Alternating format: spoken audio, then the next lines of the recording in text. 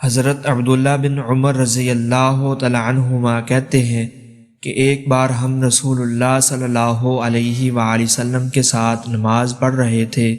اسی دوران ایک شخص نے کہا اللہ اکبر کبیرا والحمد للہ کثیرا وسبحان اللہ بکرۃ واصیلا۔ اللہ بہت بڑائی والا ہے اور ساری تعریفیں اللہ ہی کے لیے ہیں اور پاکی ہے اللہ تعالیٰ کے لیے صبح و شام۔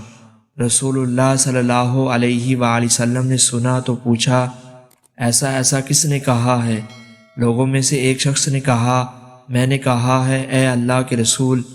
آپ نے فرمایا میں اس کلمے کو سن کر حیرت میں پڑ گیا۔ اس کلمے کے لیے آسمان کے دروازے کھولے گئے۔ ابن عمر رضی اللہ تعالی عنہ کہتے ہیں جب سے میں نے رسول اللہ صلی اللہ علیہ وآلہ وسلم سے یہ بات سنی ہے میں نے ان کا پڑھنا کبھی نہیں چھوڑا ہے۔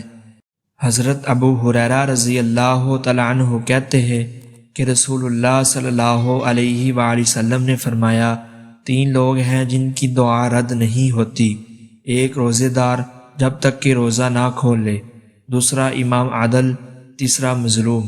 اس کی دعا اللہ بادلوں سے اوپر تک پہنچاتا ہے، اس کے لیے آسمان کے دروازے کھول دیے جاتے ہیں اور رب کہتا ہے میری عزت قدرت کی قسم میں تیری مدد کروں گا بھلے کچھ مدت کے بعد ہی کیوں نہ ہو۔